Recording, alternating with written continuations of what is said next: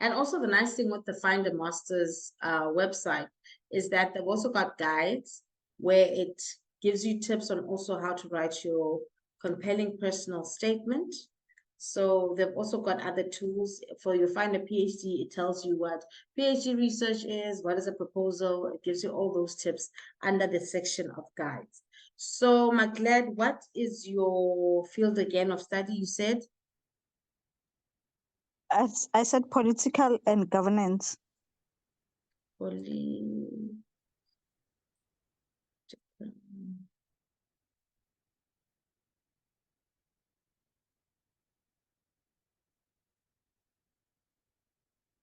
So currently they have about 17 projects in the world that are covering that. Now, with these, with this website, they'll sometimes say, they'll show fully funded and self-funded programs. So the first one here is the Institute of Diplomacy and International Governance. This is a university in London, and it says funded program, and it's for students worldwide. So let's just have a look at it and see what it says. Sometimes if it is not attached to a university, but it's attached to a supervisor, when you open, it will tell you who the supervisor is, and you're able to go and look at their social platforms to see what kind of research they have done. You can also go to the specific university website, see the number of students that they have supervised successfully so that you can ensure that your work relationship will be a compatible one. So here it tells you that the program is 3 years for full-time and 6 years for part-time. The entry requirements, it shows here that an honors degree or equivalent overseas qualification at a first class. So do you see when I said you can also have an honors degree and go and do a PhD qualification abroad? So then it will tell you about the program itself, the institution. Sometimes it will also give you, if it's under supervisor, it will tell you details about the project. Then here, since it's attached to a university, it won't tell you specifically what the stipend is. So it will tell you that some or all of the PhD opportunities in this program have funding attached to it. But we want to know what is the number behind there. So let's look for another one. I also want see this one is self-funded, students only. We are not looking for self-funded. We are looking for fully funded.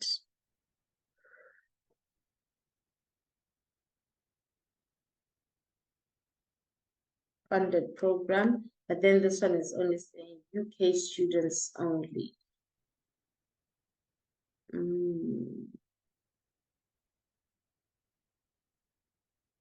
Funded students worldwide. Let's see. It's also at the same institution. Or am I? Also an honors degree. It's not even looking for a master's degree. It's still at the same institution.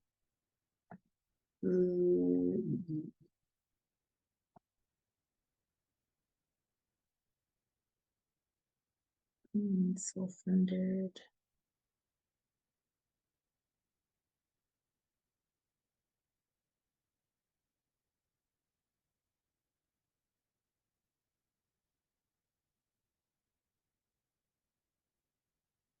Self-funded. Why have you so many self-funded? Maybe you need to change qualifications. Maybe. Let's see. You have to approach the search quite open-mindedly, you know, because also if you're saying politics and governance or governance within politics, it's also very specific, you know. So maybe if you say politics, Domfuti. I want to see if I say political science. Let me see. Yeah. Broaden it up a bit.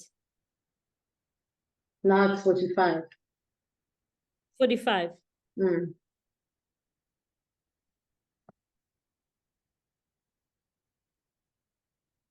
Fully funded. Fully funded, yeah. I'm looking at a fully funded one here. Ufuni mali or ufuna governance specifically.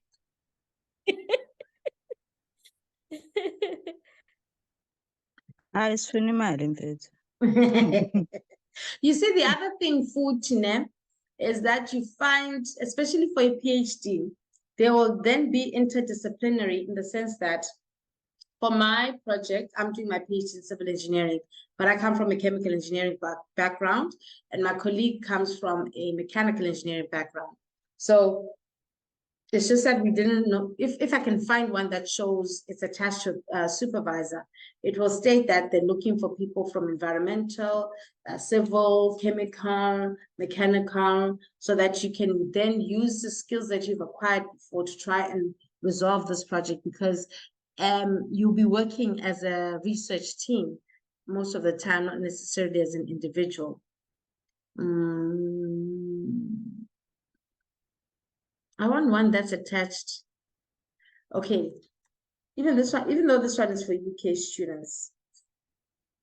No, I want one that is attached to a project so that you can see. Postgraduate research. And your PhD degree in Istanbul. Okay, let's look at this one. It is a PhD and the project is what? Pathway for, no, this is not, Here's one.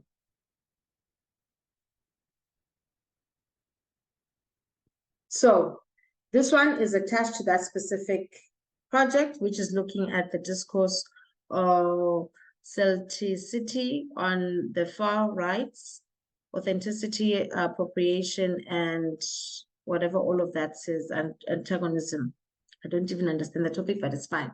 So here it tells you who the supervisor is. So you're able to either send a query directly to the supervisor, but then you can also do your research on the supervisor, the type of research work that they do.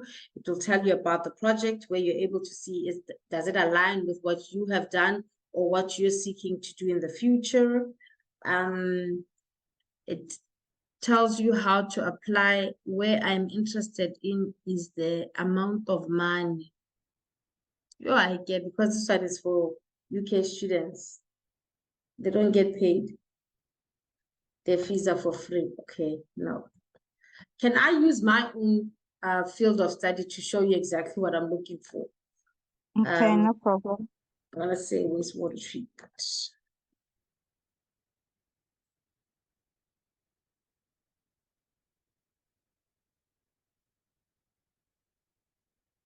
Right.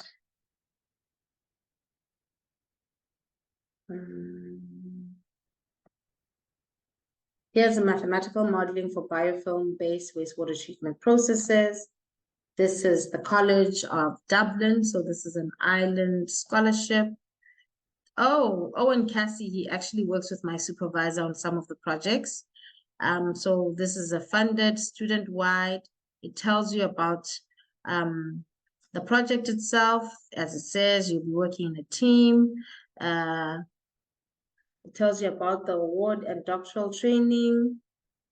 Then the requirements, you must hold or soon hold a master's degree or a bachelor's degree in any engineering discipline where wastewater processes are covered, environmental, civil, or chemical engineering. You must have an appetite or aptitude for, and a passion for mathematical modeling. Examples, MATLAB or similar. You must be motivated and enthusiastic with an excellent academic record. You should have the ability to work independently or as part of a team excellent interpersonal skills. That's the application process. This funding is fully funded, stipend fees, conference travel, and project running money. The applications from suitable, qualified people who are welcome from anywhere in the world. I don't know why they're no longer telling us how much we're in. Domfuti, can you do one on data analytics in the fashion industry, or fashion and data analytics? Okay. Are you trying to do your PhD abroad? Yes. Fashion and data. Your Data. Data.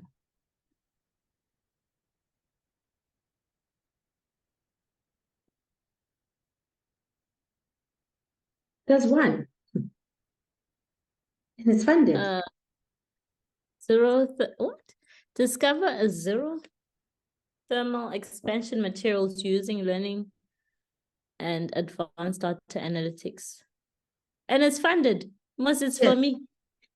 Low zero thermal expansion materials used in many industries where size stability under high temperature. So this is now you looking for material for us as engineers and wearing PPE in industry. So maybe check the requirements.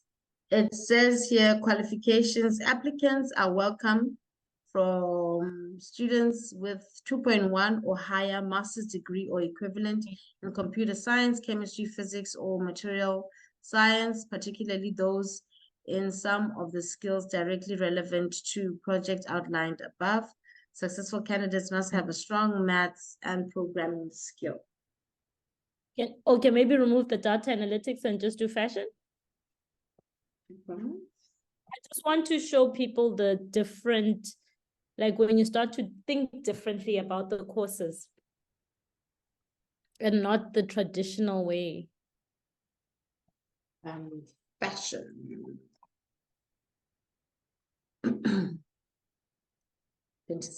Fashion projects. So here we've got photography and digital marketing for fashion, sustainable fashion products and textile production using environmental bean fibers manufacturing process, PhD.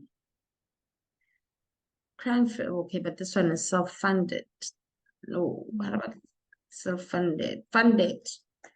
Human engagement. PPSCR Banban, engineering framework for adaptive and inclusive apparel for disabled wearers. Wow. Oh, I never thought of that. Can you go into it?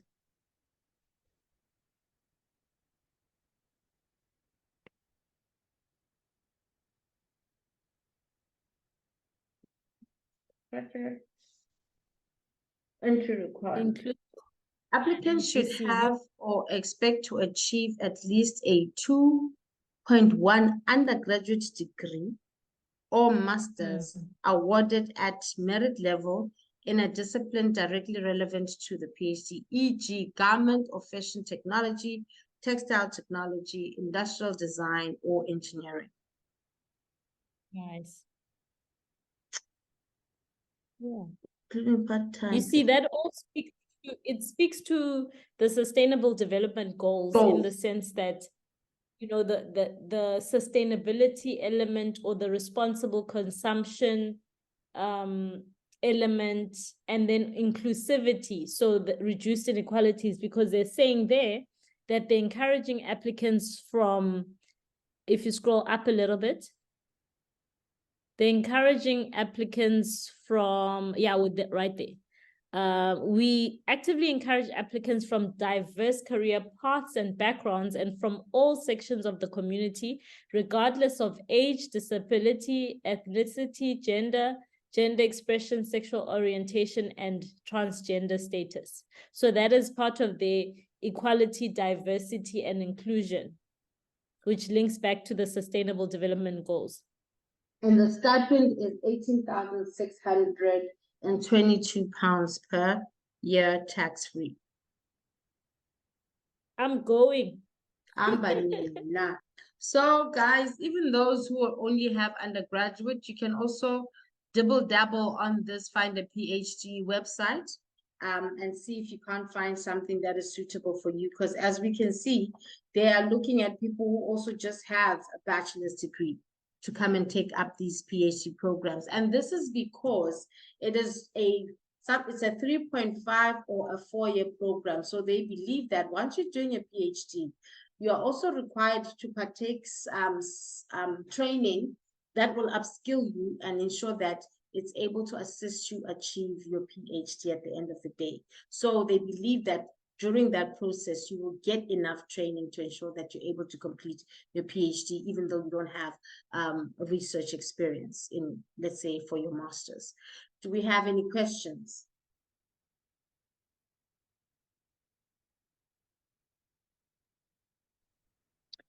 Can I just ask 2 questions, please? Yes, Google.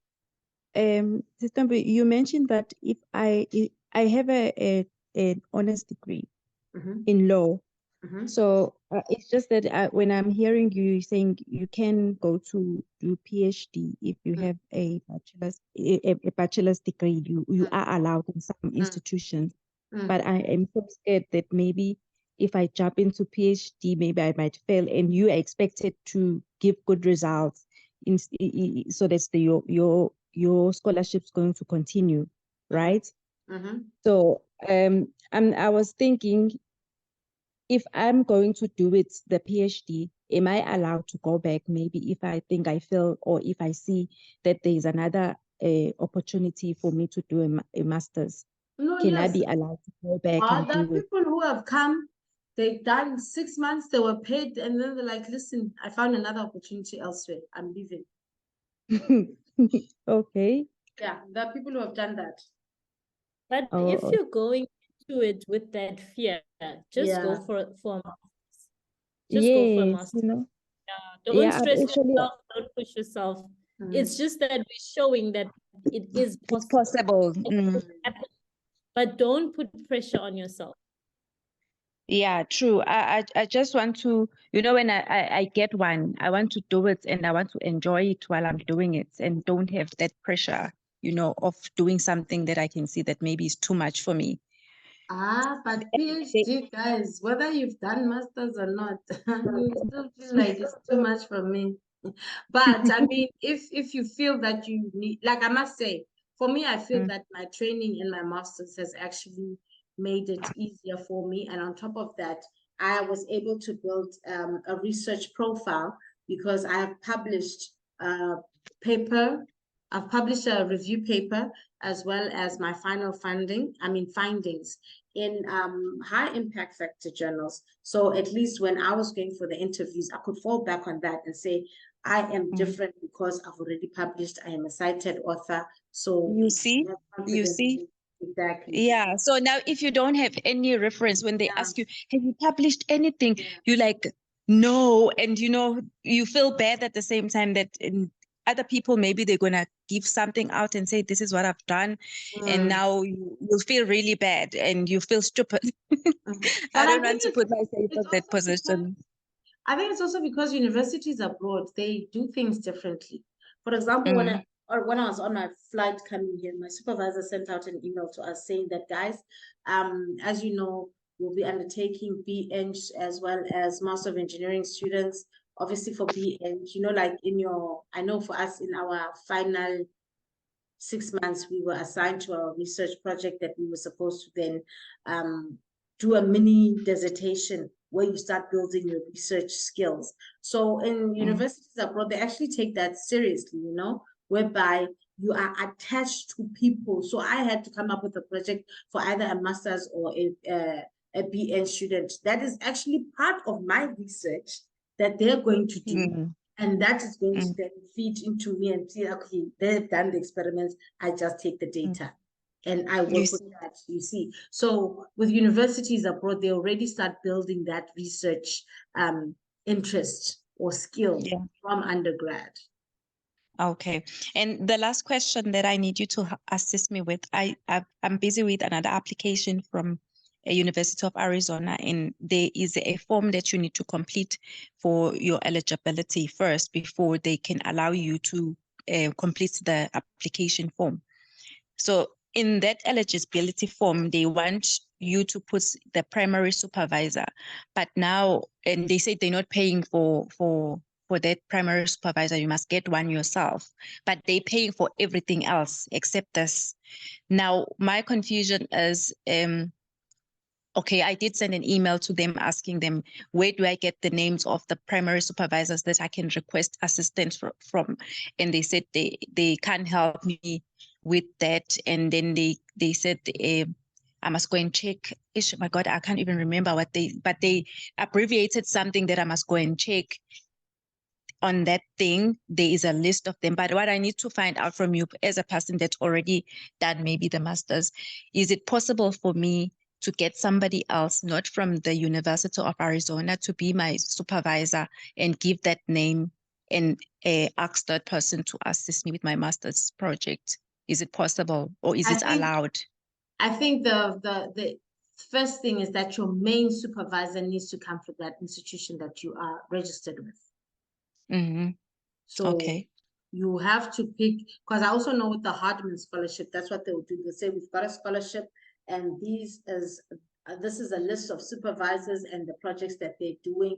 If you find anything that is of interest, first contact the supervisor, have a communication, have an understanding, because obviously they will have to fill in a sort of part of your application. Mm-hmm. Yeah. Okay. And do I have to come up with the project name from now when I'm getting hold of that supervisor, so that I'm going to tell him what kind of project that I want to do? How does it work? First, go to the list and see what the supervisors are working with. Because remember, you need to get a supervisor who will give you guidance pertaining to the project you want to take in. I cannot go to a sociology supervisor saying, I'm going to do wastewater treatment. They cannot give me the supervision. So you first need to investigate the supervisors themselves. Know what their research projects are. Okay. Maybe do you also have any information? How much do they cost to pay these people? If you do know how much it costs, how much do they charge? What I know with supervisors, if you are an academic, it is part and parcel of your job description. You don't get paid extra. Unlike those who go and they've made collaborative teams with universities abroad, when they get funding, they pay themselves. Okay. Yeah, and also my mom is saying that when it comes to academic institutions, the institution pays those supervisors. Yeah. This is academia. Yeah. It's not government, guys. It's their job description. Yeah, it's part of their job description. Just like even me as a PhD student, like I said, I'll be assigned a master's student to partake. What they're doing is they are now training me to become a supervisor. No one is paying me for supervision. It's part and parcel of my training. It's part and parcel of academic. Yeah. Okay. All right. Google, also, if you're looking for these people, yes, I know they said they've offered you a list, or they've given you a place where you need to search for these people. Also look on LinkedIn. Also, I think LinkedIn is a very good tool to search, maybe cross-reference that list and the people that are on there, search them on LinkedIn, or just search openly on LinkedIn, your sort of area of interest, supervisors within this area, etc. People within your industry. Just go on the search, because I know this is very overwhelming. It's very overwhelming, but yeah. And you know, if I can tell you that I started this application when I think it was last week on Monday, and I'm looking at myself, I think, my God, now it's Sunday tomorrow, and I'm not done with it, and time is going, you know. Okay, even though I still have some time, because the closing dates, they said it's the 30th of September. but there'll be other things maybe when I'm completing the form that will want me to Yes. go and request other people, like, you know, like the what So you call Google, those letters? Academic Yes. reference. your Yes, references. So Google, you know what? Ne? I think if I can just put you at ease, ne? yeah. Stop operating from an area of scarcity. Yes. Operate from an area of abundance. You will have Okay. abundant opportunities in your life. So like the way you are going for it, it's like this is the only opportunity. Maybe this is your opportunity, but the way you are approaching, it's like ulambile. You know, What I'm saying, it's like your first and your last and your everything. No, relax. yeah, If it's for you, it will be for you. I get Do you it. understand? Yes. So Yeah. look for the opportunity. This is not the only one. That's why Lomfuti will always say, cast your net wide. Look wide so that you're sitting with options at the end. Ne? Yeah. So you can, if it means you must search, you're learning, you're also experiencing. Because remember, whatever you're doing now is really only for, unless you're doing your PhD or whatever, where they have intake throughout the year. But Yes. most of the time, your target is you're probably going to only get in next year, September. So do the work, but also take your, I'm not saying take your time, like relax, but I'm saying this is not the last opportunity. Take your time, find the process, find your rhythm, find out, okay, if they're asking for this and they give me a list, let me go through the list. Let me search on LinkedIn, let me whatever, but it's not, I shouldn't be chasing that deadline. That's the last scholarship. Yeah, no, thanks, sis. I end up with that because I really like felt like, you know, I have to, you know, when I'm doing this one, I'm concentrating only on this one.